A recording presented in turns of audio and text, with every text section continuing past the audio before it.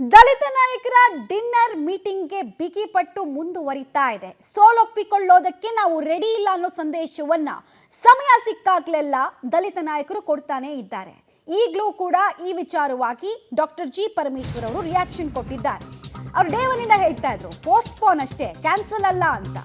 ಇದರ ಮುಂದುವರೆದ ಭಾಗವಾಗಿ ಡಿನ್ನರ್ಗಾಗಿ ಗೃಹ ಸಚಿವ ಪರಂ ಟೀಮ್ ಪಟ್ಟು ಹಿಡಿತಾ ಇದೆ. ಸುರ್ಜೇವಾಲಾ ಗಮನಕ್ಕೆ ತಂದೇ ನಾವು ಮಾಡ್ತೀವಿ ಡಿನ್ನರ್ನ. ಇದು ಗೃಹ ಸಚಿವ ಪರಮೇಶ್ವರ್ ಅವರು ಪುನರುಚ್ಚರಿಸ್ತಾ ಇರೋದು. ಯಾವ ಉದ್ದೇಶಕ್ಕೆ ಮಾಡ್ತೀವಿ ಅಂತ ಸುರ್ಜೇವಾಲಾ ಅವ್ರಿಗೆ ಹೇಳ್ತೀವಿ ನಾವು. ದಿನಾಂಕ ಸಮಯ ನಿಗದಿಯನ್ನ ಮಾಡ್ತೀವಿ ಅಂತ ಕೂಡ. ಕ್ಯಾನ್ಸಲ್ ಆದಂತಹ ಡಿನ್ನರ್ ಮೀಟಿಂಗ್ಗೆ ಸಂಬಂಧಪಟ್ಟಂತೆ ಕ್ಯಾನ್ಸಲ್ ಅಲ್ಲ, ಅದು ಪೋಸ್ಟ್ಪೋನ್ ಆಗಿರೋದು, ಅದು ಕೂಡ ಹೈಕಮಾಂಡ್ನ ಒತ್ತಡಕ್ಕೆ ಮಣಿದು ನಾವು ಮುಂದೂಡಿರೋದು ಅನ್ನೋದನ್ನ ಸೂಚ್ಯವಾಗಿ ಹೇಳುವಂತಹ ಕೆಲಸವನ್ನ ಮತ್ತೊಮ್ಮೆ ಗೃಹ ಸಚಿವ ಡಾಕ್ಟರ್ ಜಿ ಪರಮೇಶ್ವರ್ ಅವರು ಮಾಡ್ತಾ ಇದ್ದಾರೆ.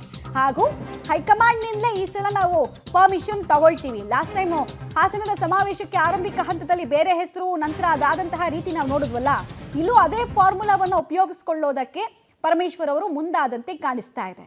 ಈಗ ಇದೇ ರೀತಿ ಹಠ ಹಿಡಿತಾ ಇರೋದು 108 ಅನುಮಾನಕ್ಕೂ ಕಾರಣ ಆಗ್ತಾ ಇದೆ. ಏನು ಅನುಮಾನ ಅಂತ ಹೇಳಿದ್ರೆ, ನೀವು ದಲಿತರ ಸ್ಕಾಲರ್ಶಿಪ್ ವಿಚಾರದಲ್ಲಿ ಮಾತಾಡಬೇಕು ಅಥವಾ ST TSP ಹಣಕ್ಕೆ ಸಂಬಂಧಪಟ್ಟಂತೆ ಮಾತಾಡ್ಬೋದು ಅಂದ್ರೆ ಅದು ಸಂಪುಟದಲ್ಲೂ ಮಾತಾಡ್ಬೋದಲ್ವಾ ಅನ್ನೋ ಅನುಮಾನ. ಮುಂದುವರೆದು ಹೇಳ್ತಾ ಹೋಗ್ತೀವಿ. ಫಸ್ಟ್ ರಿಯಾಕ್ಷನ್ ನೋಡೋಣ. ಅಂದಮೇಲೆ ಮಾತಾಡಿ ಈ ಸಭೆನ ನಾವು ಯಾವ ಉದ್ದೇಶಕ್ಕೆ ಮಾಡಬೇಕು ಅಂತಿದ್ದೋ ಅದನ್ನೆಲ್ಲ ಅವರಿಗೆ ಈಗಾಗಲೇ ಹೇಳಿದ್ದೇನೆ, ದೂರವಾಣಿಯಲ್ಲಿ ಹೇಳಿದ್ದೇನೆ. ಬಂದ ಮೇಲೆ ಅವರಿಗೆ ಮಾತಾಡಿ ಆಮೇಲೆ ಅವ್ರು ಏನು ಹೇಳ್ತಾರೋ ಆ ರೀತಿ ಮುಂದುವರಿತು. ಇಲ್ಲ ಅವ್ರು ಹೇಳಿದ್ರಲ್ಲ ಮೊದಲೇ, ಅವ್ರು ಮೊದಲು ಹೇಳಿದ ಮೇಲೆ ನಾವು ಮುಂದಕ್ಕೆ ಹಾಕಿದ್ದು. ಮತ್ತೆ ತಿರ್ಗಾ ಅವರಿಗೆ ಅವ್ರ ಗಮನಕ್ಕೆ ತಂದು ಮಾಡೋದು ಸೂಕ್ತ ಅಂತ ಅನಿಸುತ್ತೆ. ಭಾಳ ಜನ ನಾವೆಲ್ಲ ಅದೇ ರೀತಿ ಮಾತಾಡ್ಕೊಂಡಿದ್ದೇವೆ. ಅವ್ರ ಗಮನಕ್ಕೆ ತಂದೇ ಮಾಡ್ತೇವೆ. ಸಮಯ ಮತ್ತು ದಿನಾಂಕ ಅವೆಲ್ಲ ಆಮೇಲೆ ಯೋಚನೆ ಮಾಡ್ತೀವಿ. ಮೊದಲು ಅವರ ಜೊತೆಯಲ್ಲಿ ಮಾತಾಡಿದಾದ್ಮೇಲೆ ತೀರ್ಮಾನ ಮಾಡ್ತೀವಿ.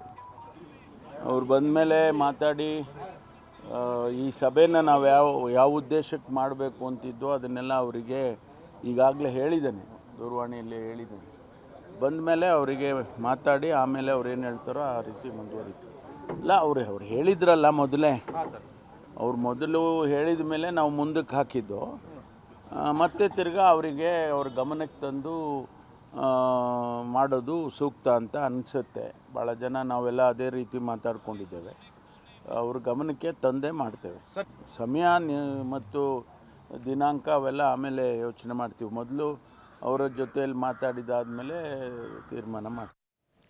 ಡೀಟೇಲ್ಸ್ ಕೊಡ್ತಾರೆ ಸುಕೇಶ್, ನೇರ ಸಂಪರ್ಕದಲ್ಲಿ ಜಾಯ್ನ್ ಆಗ್ತಾರೆ. ಸುಕೇಶ್, ಈಗ ಇವರೆಲ್ಲರೂ ಹೇಳ್ತಿರೋದು ಒಂದೇ ವಿಚಾರ, ದಲಿತರ ಮಕ್ಕಳಿಗೆ ಸ್ಕಾಲರ್ಶಿಪ್ ಸಿಗ್ತಾ ಇಲ್ಲ, ಆ ವಿಚಾರದ ಬಗ್ಗೆ ಚರ್ಚೆ ಮಾಡಬೇಕು, ಅಥವಾ ST TSP ಹಣದ ವಿಚಾರದಲ್ಲಿ ಚರ್ಚೆ ಮಾಡ್ಬೇಕು ನಾವು ಅಂತ. ಬಟ್ ಇವರೆಲ್ಲ ರೀಸನಿಂಗ್ ಕೊಡ್ತಾ ಇರೋದು ಅಡ್ಮಿನಿಸ್ಟ್ರೇಷನ್ ಪಾಲಿಸಿಗೆ ಸಂಬಂಧಪಟ್ಟಿದ್ದು. ಅದನ್ನು ಚರ್ಚೆ ಮಾಡೋದಕ್ಕೆ ನಿಮಗೆ ಕ್ಯಾಬಿನೆಟ್ನಲ್ಲೂ ಅವಕಾಶ ಇರುತ್ತೆ. ನೀವು ಪ್ರತ್ಯೇಕವಾಗಿ ನಾವು ಮೀಟಿಂಗ್ ಮಾಡಬೇಕು ಅಂತ ಹಠಕ್ಕೆ ಬೀಳ್ತಾ ಇರೋದು 108 ಅನುಮಾನಕ್ಕೆ ಕಾರಣ ಆಗ್ತಾ ಇದೆ. ಸೊ ಇದನ್ನು ಹೆಂಗೆ ಕನ್ವಿನ್ಸ್ ಮಾಡಬೇಕು ಅಂತ ಇವರ ವರ್ಜನಲ್ಲಿ ಪ್ರಯತ್ನ ಪಡ್ತಾ ಇದ್ದಾರೆ. ಹೆಂಗಿದಕ್ಕೆ ಹೈಕಮಾಂಡ್ ಒಪ್ಪಿಗೆ ಕೊಡುತ್ತೆ ಅನ್ನೋದು ಪ್ರಶ್ನೆ ಬರ್ತಾ ಇದೆ. ಒಂದು ಸ್ಪಷ್ಟ, ಅವ್ರು ಏನೇ ಹೇಳಿದ್ರು ಕೂಡ ಅಡ್ಮಿನಿಸ್ಟ್ರೇಷನ್ ವಿಚಾರ ಮಾತಾಡ್ತೀವಿ ಅಥವಾ ಪಾಲಿಸಿ ವಿಚಾರ ಮಾತಾಡ್ತೀವಿ ಅಂದರೂ ಕೂಡ ಏನೇ ಮಾಡಿದ್ರು ಕೂಡ ಅಂತಿಮವಾಗಿ ಬಂದು ನಿಲ್ತಾ ಇರುವಂಥದ್ದು ಈಗಿನ ಪರಿಸ್ಥಿತಿ ರಾಜಕಾರಣ ಏನಾಗ್ತಾ ಇದೆ ಕಾಂಗ್ರೆಸ್ನ ಮಟ್ಟಿಗೆ ಹೇಳೋದಾದರೆ, ಅಂದರೆ ಪವರ್ ಶೇರಿಂಗ್ ವಿಚಾರನೋ, ಅಧಿಕಾರ ಹಸ್ತಾಂತರದ ವಿಚಾರದ ಚರ್ಚೆನೋ, 2.5 ಅಧಿಕಾರ ಶೇರಿಂಗ್ ಆಗುತ್ತೆ ಅನ್ನುವಂಥ ವಿಚಾರ, ಇವೆಲ್ಲವೂ ಸಾಕಷ್ಟು ಮಹತ್ವವನ್ನು ಪಡೆದುಕೊಳ್ಳೋದ್ರಿಂದ ಒಂದು ರೀತಿಯ ಗುಂಪುಗಾರಿಕೆ ಅಥವಾ ತಂಡವನ್ನು ಬಲಗೊಳಿಸಿಕೊಳ್ಳುವಂಥದ್ದು ಅಥವಾ ತಮ್ಮ ಶಕ್ತಿಗಳನ್ನ ಹೆಚ್ಚಿಸಿಕೊಳ್ಳುವಂಥ ನಿಟ್ಟಿನಲ್ಲಿ ಒಂದಷ್ಟು ಪ್ರಯತ್ನಗಳು ನಡೀತಿದೆ ಅನ್ನೋ ರೀತಿಯಲ್ಲಿ ಬಿಂಬಿತವಾಗಿರೋದು.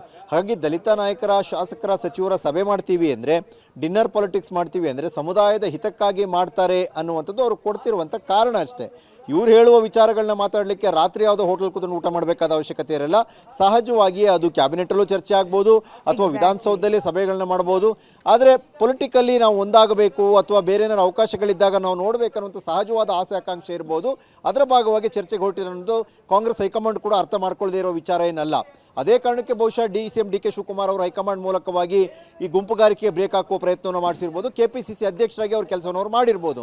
ಆದರೆ ಕಾಂಗ್ರೆಸ್ ನಾಯಕರುಗಳು ಸಮರ್ಥನೆಯ ಜೊತೆಗೆ ಈಗ ಒಂದು ಹೊಸದಾಗಿ ಹೇಳ್ತಾ ಇರುವಂಥದ್ದು, ಹೈಕಮಾಂಡ್ ಗಮನಕ್ಕೆ ತಂದು ಅನುಮತಿ ಪಡೆದೇ ಮಾಡ್ತೀವಿ ಅಂದರೆ ಸಹಜವಾಗಿ CM DCM ಒಳಗೊಂಡಂತೆ ಮಾಡ್ತೀವಿ ಅನ್ನುವಂಥ ವಿಚಾರ ಇರ್ಬೋದು.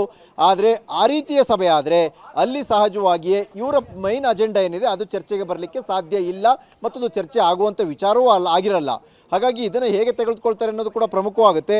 ಏನೇ ಹೇಳಿದ್ರು ಕೂಡ ರಾಜಕೀಯ ವಿದ್ಯಮಾನಗಳು ಕಾಂಗ್ರೆಸ್ನಲ್ಲಿ ಶುರುವಾಗಿರುವಂಥದ್ದು ಸ್ಪಷ್ಟ ಮತ್ತು ಒಂದು ಗುಂಪಾಗಿ ನಾವು ಹೇಗೆ ಮುಂದುವರಿಬೇಕು ಅನ್ನುವಂಥ ನಿಟ್ಟಿನಲ್ಲಿ ಮಾಡಬೇಕಾದ ಸಭೆಗೆ ಸದ್ಯಕ್ಕೆ ಬ್ರೇಕ್ ಬಿದ್ದಿರೋದ್ರಿಂದ ಅದಕ್ಕೆ ಬೇರೆ ಸ್ವರೂಪವನ್ನು ಕೊಟ್ಟಂತೆ ಕಾಣಿಸ್ತಾ ಇದೆ ಮಮತಾ.